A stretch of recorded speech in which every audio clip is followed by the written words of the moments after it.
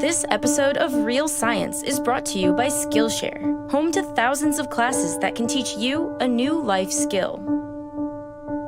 550 million years ago, the ocean was a simple ecosystem, full of reefs made by bacteria and a gooey mat of microbes that covered the ocean floor.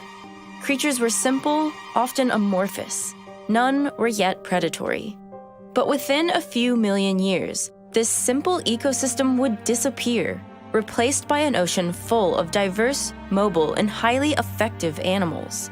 The world's first predators emerged during the Cambrian explosion 540 million years ago in the form of giant shrimp-like creatures like the Anomalocaris, which trapped its prey in its mouth lined with hooks, or the five-eyed Opabinia, which caught its victims using a flexible clawed arm attached to its head.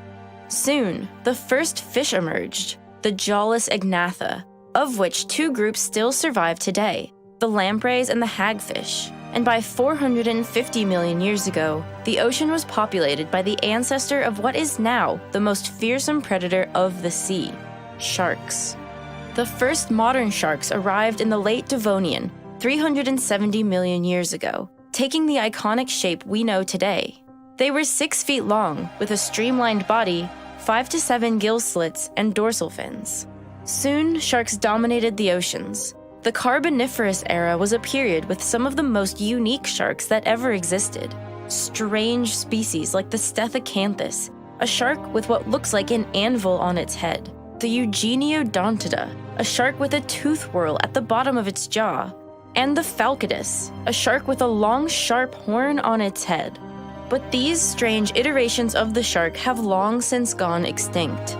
The sharks that prevailed were largely streamlined, with a pointed snout, large pectoral and dorsal fins, and a strong crescent-shaped tail, like the great whites or the short-fin mako.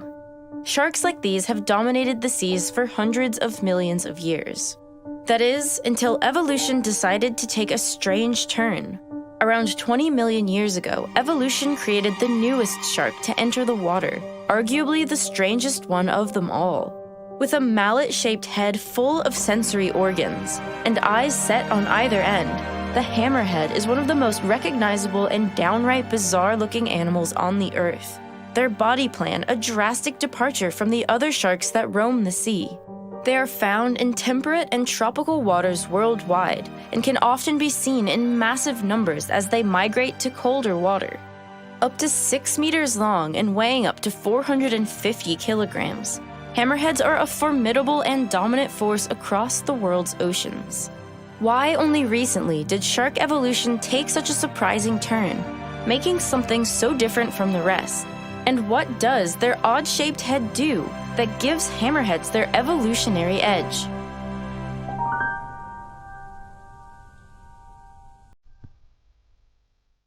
The iconic hammer of the hammerhead shark is called a cephalofoil, and the size of it varies from species to species.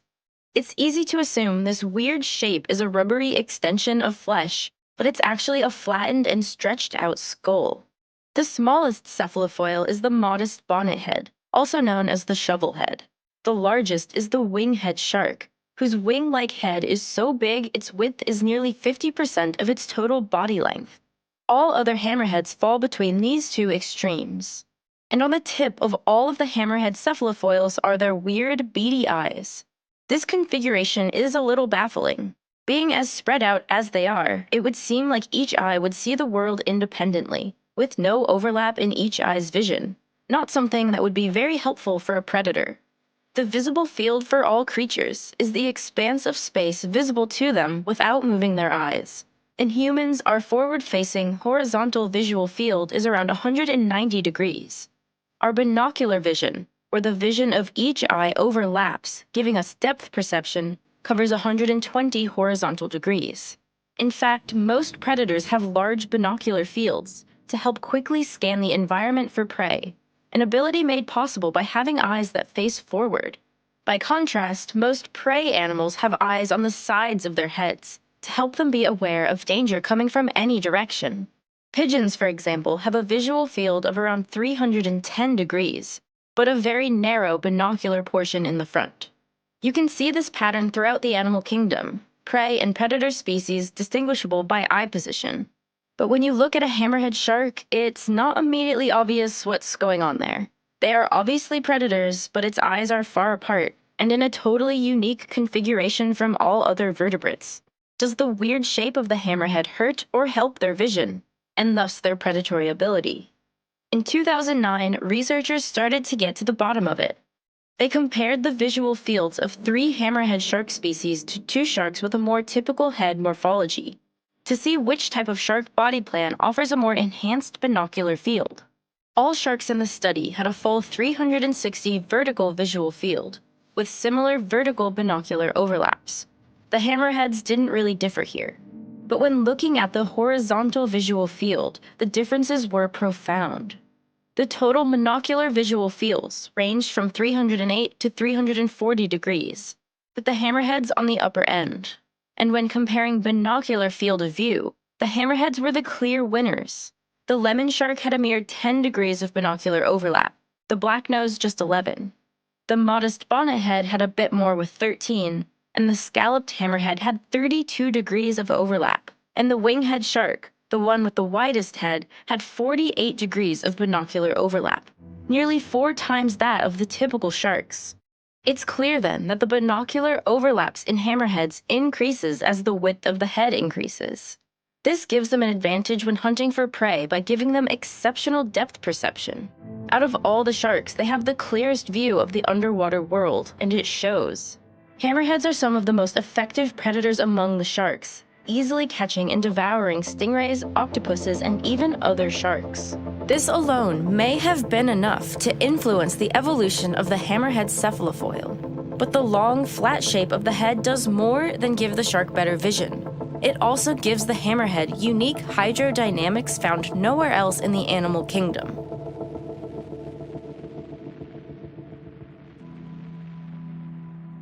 When you think of agility and speed in the ocean, you think of animals like mako sharks or bottlenose dolphins, animals with a streamlined, pointed nose that cuts through the water.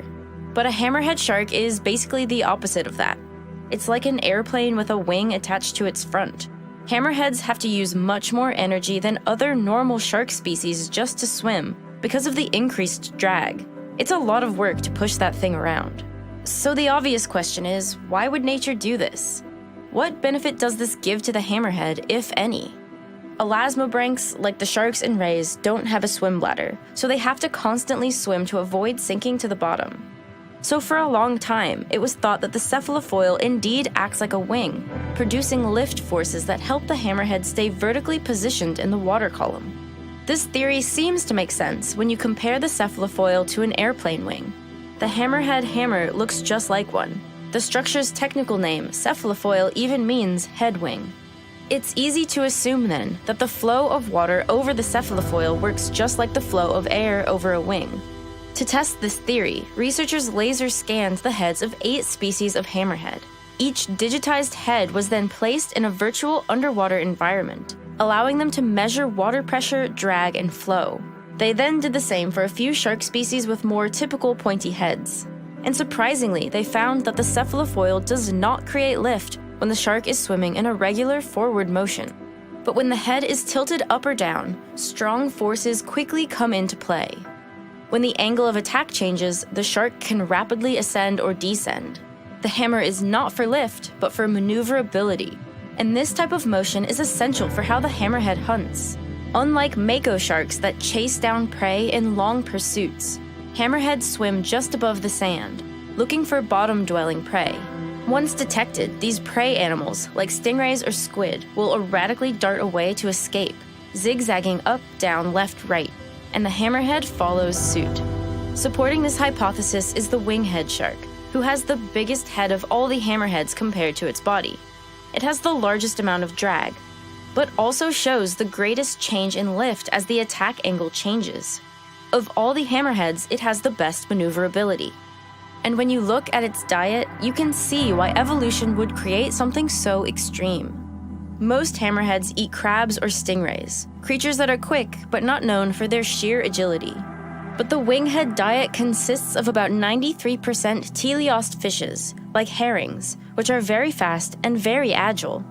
The cephalofoil gives the hammerheads an agility unmatched in the world of sharks, allowing them to fill an ecological niche that other sharks cannot. But on top of this agility, hammerheads possess a sixth sense, something which we have no equivalent to: their ability to detect minute and invisible electric fields in the water.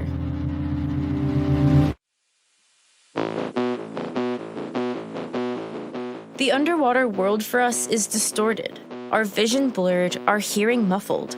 We can immediately tell that the ocean is not where we belong. But on top of our senses becoming out of whack, there is so much more going on under the waves than we could ever perceive. A world of stimuli that we can't pick up on at all. A world of electricity. Electroreception is a sixth sense to many aquatic creatures. It's an ability to detect the electrical fields that permeate the water, giving navigational cues and information about the location of prey.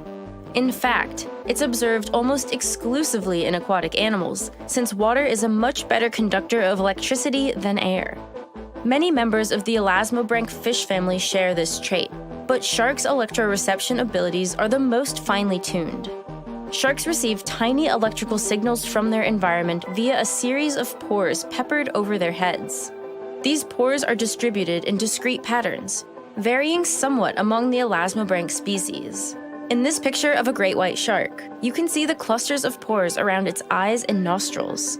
These pores are filled with an electrically conductive jelly and lead to tiny bulbous cells called ampullae of Lorenzini. And this is the key to their amazing power.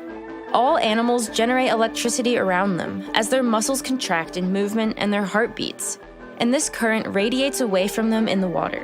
When these electrical currents travel towards the shark and through the jelly, they stimulate cilia, hair-like projections on the ampullae, which then trigger the sensory neurons. This then triggers neurotransmitters in the shark's brains, which tells them they are close to something alive. This sense works even when the conditions underwater render the 5 other common senses, sight, smell, taste, touch, and hearing, useless. It works in turbulent water, in total darkness, and even when prey are hidden beneath the sand. And for the hammerheads, this sense is even more extreme. With a wider head, hammerheads have a greater number of electrosensory pores. The pores are also located over a broader area, which increases the surface area that the head can sample, and thus increases the probability of a prey encounter. So when the hammerhead swims above the sand, it waves its head like a metal detector looking for treasure, its treasure being a buried stingray. And the sensitivity of this metal detector head is profound. Researchers found that newborn bonnethead sharks can detect electric fields less than 1 nanovolt per square centimeter. This is around the equivalent to the intensity of a voltage gradient that would be created in the sea by connecting one end of a 1.5 volt AA battery to the Long Island Sound, and the other end in the waters off of Florida. Theoretically, a shark swimming between these places could tell when the battery was switched on or off. Such incredible electrical sensitivity is over 5 million times greater than anything we could ever feel. Even our best technology struggles to detect something that minute. And it's likely the most powerful electrical sensing in the animal kingdom.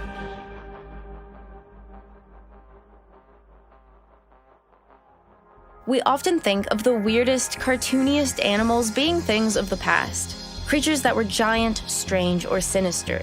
But hammerheads show us that evolution is never finished. What seems illogical or even detrimental to an animal's survival can be the key to them fitting into a very specific environmental niche. What else will appear on Earth in the next 50 or 100 million years? What will sharks look like given that much time? Some reef shark species have recently evolved the ability to walk, even above the water at low tide. Other species have recently been discovered to glow in the dark. Others can live in freshwater in addition to saltwater. What else does the future hold for sharks like the hammerheads? It's hard to speculate, but the possibilities are endless. Sharks have dominated the seas since the end Cretaceous, and as a group have survived all 5 mass extinctions so far, in large part due to their ability to fill many varying ecological niches. But the hammerheads, as the newest species of shark, have not yet faced such an event. That is, until now. Many believe we're currently living through the sixth mass extinction due to human activity, and sharks, especially the hammerheads, are among the most at risk. One study in Australia reported that 80% of scalloped hammerheads have been lost. They're threatened by commercial fishing, mainly for the shark fin trade, where the fins are cut off and the rest of the body is discarded. Their numbers, like many sharks, are dwindling, and if we as a species aren't careful, we may never get to see what the future holds for such incredible creatures. Being able to talk about the science and conservation subjects near and dear to my heart on a platform with such a wide audience is something I once could only have dreamed about. After finishing college, I knew that science communication was my passion. I just needed to find a way to make that my career. Working with Real Engineering and then starting this channel made that dream a reality. By growing my video making skills and then learning how the YouTube world works, I've been able to create videos that I deeply care about while also building a business. One of the most common questions I get is how to start a YouTube channel. Everyone has a slightly different path to success on YouTube, but there are a few pillars of knowledge that will definitely help you get there. If you want to dive into this endeavor, I highly recommend Marques Brownlee's new course on Skillshare called YouTube Success: Script, Shoot, and Edit with MKBHD. Marques will take you through step-by-step how he makes his tech YouTube videos, a creative process that can be applied to any subject on YouTube. Whether you're interested in making videos about tech, science, fashion, or nature, it will inspire you to get your idea off the ground and break it down so it's not so overwhelming. In the course, he explains the whole process, from choosing a topic and scripting it, to filming, to editing, to uploading it, to growing your channel. He gives you insight to how the behind-the-scenes analytics work on YouTube and how to interpret and leverage those tools to your benefit. This is just one of many courses on Skillshare that can help you build a YouTube channel. Skillshare is an online learning community with thousands of inspiring classes for creative and curious people. It's curated specifically for learning, meaning there are no distracting ads, and it's less than $10 a month with an annual subscription. But the first 1,000 people to sign up with the link in the description will get a free trial of Skillshare Premium, so you can dive into classes about video editing, animation, or graphic design, all skills that are super useful for making videos. There's no risk in trying it out and getting your creativity flowing, or getting that idea you've had forever finally off the ground.